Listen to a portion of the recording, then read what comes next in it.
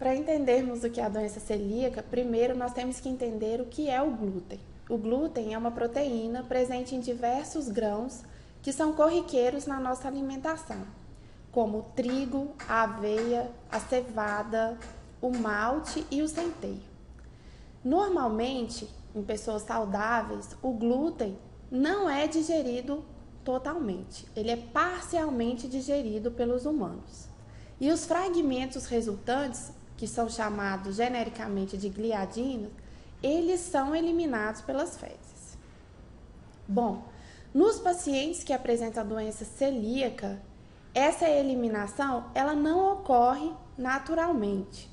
O que acontece é que esses fragmentos, que são chamados de gliadina, eles vão interagir com as células, então, do sistema imune que estão presentes nessa mucosa intestinal, gastrointestinal.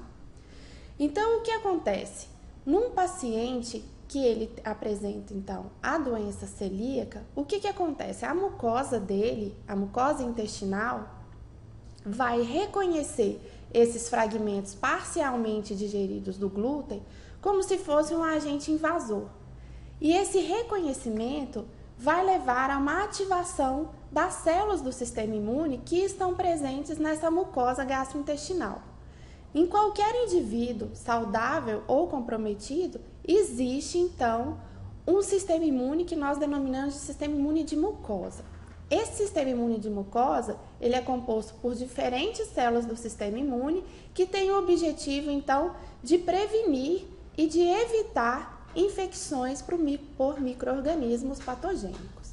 No caso da gliadina, que é um fragmento que normalmente seria tolerado pelo sistema imune, ele vai ser, no caso dos pacientes com doença celíaca, vai ser considerado como um antígeno. E esse antígeno, então, será reconhecido por essas células que ativarão uma resposta que nós chamamos de uma resposta inflamatória. Essa resposta inflamatória nessa mucosa vai levar a danos nesse tecido, principalmente no epitélio da mucosa. E o epitélio da mucosa do intestino delgado é um epitélio muito especial, porque é um epitélio responsável pela absorção desses nutrientes derivados, então, da nossa dieta.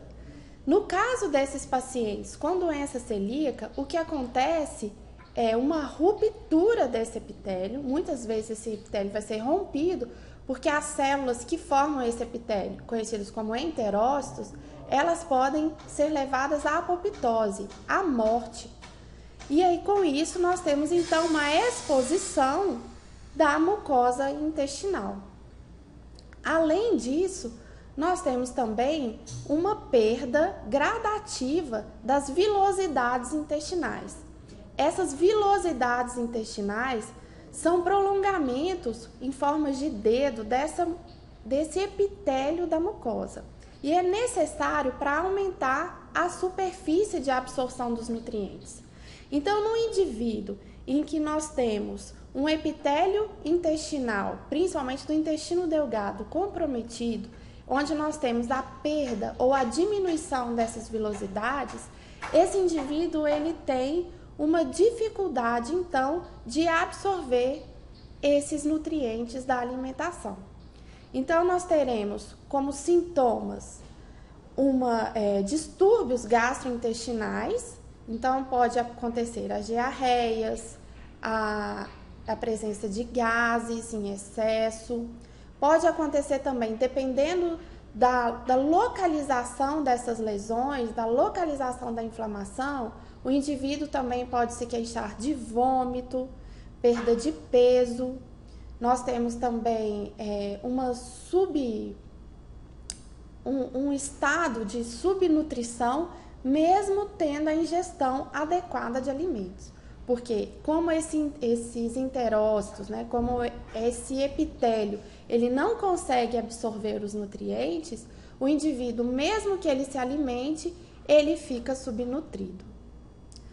Bom, além disso, é interessante ressaltar que nesses pacientes que apresentam, né, os pacientes que apresentam a doença celíaca, eles têm uma predisposição genética, que é o que vai diferenciar esses pacientes de uma pessoa saudável. Então, por que justamente nesses pacientes essa gliadina ela é reconhecida pelo sistema imune? Porque nesses pacientes, eles apresentam moléculas de MHC, que são moléculas que reconhecem o antígeno, que são moléculas bem caracterizadas da doença. Então, os indivíduos que apresentam essas moléculas, que são bem caracterizadas para a doença, que são tipos, ou que a gente chama de haplótipos de HLA, eles apresentam, então, essa característica de reconhecerem a gliadina como um antígeno, como um agente invasor. Nos pacientes saudáveis, onde não há esses, já é caracterizado que não há a presença desses haplótipos específicos de HLA ou moléculas de MHC, isso não acontece. Um outro fator também, então, é a presença do glúten é necessária para o desencadeamento da doença, essa predisposição genética que é caracterizada, então, pela expressão dessas moléculas, que nós conhecemos como HLA-DQ8 e HLA-DQ2. Em geral, esses pacientes também apresentam uma falta de adesão entre essas células que compõem o epitélio das mucosas. Já foi descrito que esses pacientes, quando essas gliadinas interagem com essas células do epitélio, elas produzem uma outra proteína que facilita o afastamento entre as células, dificultando a junção. Se eu não tenho a junção, eu tenho o afastamento dessas células, e o que permite uma maior permeabilidade entre esses enterócitos. A maior permeabilidade permite, então, a passagem da gliadina diretamente para a região interna da mucosa. E isso também pode afetar e aumentar os níveis de inflamação localizada no intestino delgado. Como na doença celíaca há o envolvimento, então, do sistema imune, ela é descrita por alguns autores na literatura como uma doença autoimune ou, às vezes, como uma desordem imunológica. Então, nós temos as células do sistema imune que, quando ativadas, vão acabar causando dano ao próprio órgão, no caso, o intestino delgado. Mas também pode acometer outras regiões do sistema gastrointestinal. Como eu já disse, pode acontecer lesões desde o estômago até o intestino grosso, o mais comum sendo no intestino delgado. Bom, além dessas lesões que são causadas, além da perda das vilosidades ou diminuição dessas vilosidades e a morte dos enterócitos ou apenas o aumento da permeabilidade desse epitélio, é possível achar no soro desses pacientes um número maior de anticorpos específicos para algumas proteínas que são liberadas mediante a esse dano. E esses anticorpos, eles também são usados para diagnóstico dessa doença. O diagnóstico da doença celíaca, ela deve ser feita por um médico gastroenterologista, que ele vai confirmar os achados clínicos com achados laboratoriais e também com achados de exames de imagem, por exemplo, a endoscopia, que pode ainda trazer fragmentos para a biópsia para a confirmação histológica desse dano que é característico da doença celíaca. Além da doença celíaca, que é uma desordem imunológica causada pela presença do glúten, existem também outros dois grupos de doenças que são caracterizadas pela presença do glúten. Uma delas é conhecida, então, como hipersensibilidade ao glúten não celíaca. A hipersensibilidade ao glúten, onde nesses pacientes, eles apresentam, após ingerirem glúten, eles apresentam alguns sintomas gastrointestinais, mas não são caracterizados clinicamente como celíacos, E a outra possibilidade seria alergia ao glúten, ou não necessariamente ao glúten, mas a outras proteínas presentes nesses grãos que contêm o glúten. Essas duas outras modalidades, elas são diferentes da doença celíaca, mas uma dieta com a restrição de glúten ajudaria a todos esses pacientes. A doença celíaca é uma enteropatia autoimune induzida pelo consumo de glúten em pessoas que são geneticamente suscetíveis. A fração tóxica do glúten é chamada de prolamina, que nos diversos cereais apresentam nomes específicos. Por exemplo, no trigo é a gliadina, no centeio é a secalina, na aveia a avelina e na cevada e no malte a ordeína. As pessoas que possuem doença celíaca e que ingerem glúten, elas apresentam manifestações que, na sua forma clássica, são manifestações digestivas, como, por exemplo, diarreia crônica, dor e distensão abdominal, náuseas, vômitos, além de irritabilidade, perda de peso e atraso de desenvolvimento em crianças. Também existe a forma não clássica da doença, onde pode aparecer manifestações que não são digestivas e pode acontecer, por exemplo, como sintoma, anemia que não é tratada não responde ao tratamento clínico, ou se não hipoplasia de esmalte dentário e até mesmo a esterilidade.